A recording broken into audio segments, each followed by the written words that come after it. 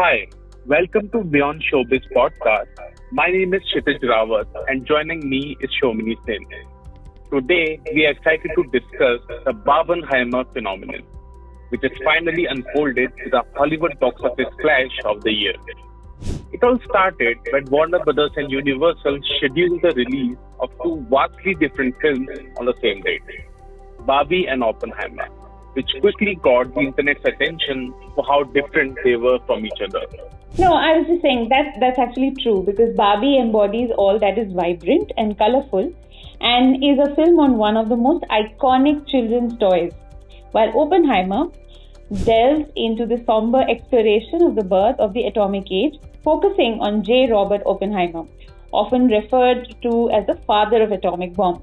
The juxtaposition of these two radically different movies piqued the interest of the internet, of cinema lovers, leading to the coining of the term Barbenheimer for the act of watching both films as a double feature. Shomini chose to watch Barbie and I opted for Oppenheimer. Let's see if Barbie is worth watching. So Shomini, what were your expectations from Barbie and did the movie fulfill them? Okay, so my expectation from Barbie was a lot, I have to say that, because I am a Greta Gerwig fan. I love her films. I think she has a very distinct voice and that kind of reflects in the films very well. Did the movie fulfill it? I would say to a great extent. If I can quantify it, I would say to 90% it fulfills my expectation. Because the film is such a clever, it's a satire. It's not meant for kids, as even though the trailer kind of gives out that kind of a message, but it's not really meant for kids. It gives out a very nice, it's a clever satire on society, on patriarchy, and I think it will have a very niche audience. I don't think it's for everyone. So I did not know what to make of Barbie at first. I knew somebody like Greta Gerwig would not make a film just to make money. So what did you like the most in the film? So Barbie, for all little girls, Barbie has been a very integral part of their childhood, right? So I have also been with Barbie. Barbie and the depiction or the way the manufacturers, Mattel in this case, they have always made Barbie into this very glamorous person. We all, I won't lie, I have also wanted to be looking like Barbie if that was possible. Have those long slender legs, tall, just the right curves and stuff. So what Greta does is she literally flips the narrative, which is a great thing. If it's such an ideal world, and then I don't want to give out too much of details because then the magic of watching it on screen goes away. But she literally flips it. Like Barbie goes to the real world and realizes that things are not as pretty and pink as she has perceived it for this long. And it's such a nicely, cleverly done satire where the men are often, sidelined in the dream world, while in reality it's just the opposite. It's actually the women who are treated as doormats. It is a very clever satire, and it literally flips the narrative. So which is your favorite performance in Barbie? Actually, my favorite performance is of Ryan Gosling. Followed by Simu Liu. I hope I'm getting the pronunciation right. But but I actually like that. So I'll tell you what.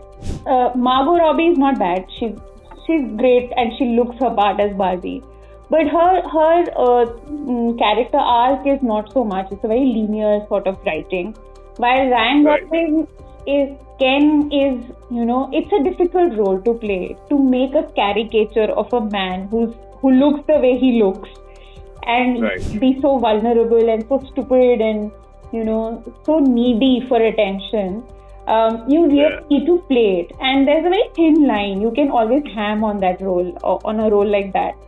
But Gosling somehow manages to look the part, make it funny, comical, somewhat, you want to be a little sympathetic towards him, that, hi bechara, what has happened?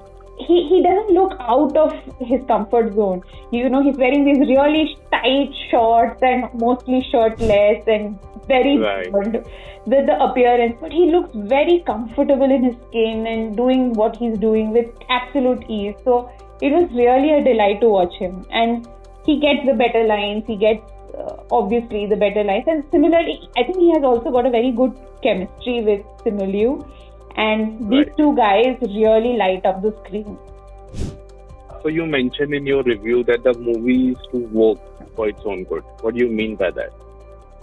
You know, after a point, it's just like, you know, they're just reiterating the same fact, and we get it. It's a satire. We are getting it right from the first frame that you are doing what you're doing. But you know, after a point, it just becomes a little too much. It's just too much of reiteration, and I think that's why I'm saying that it's too woke. It's too conscious of the responsibility it has taken upon itself to become, you know, to be a voice, to say things. But enough of Barbie. I want to know. I know that you were very.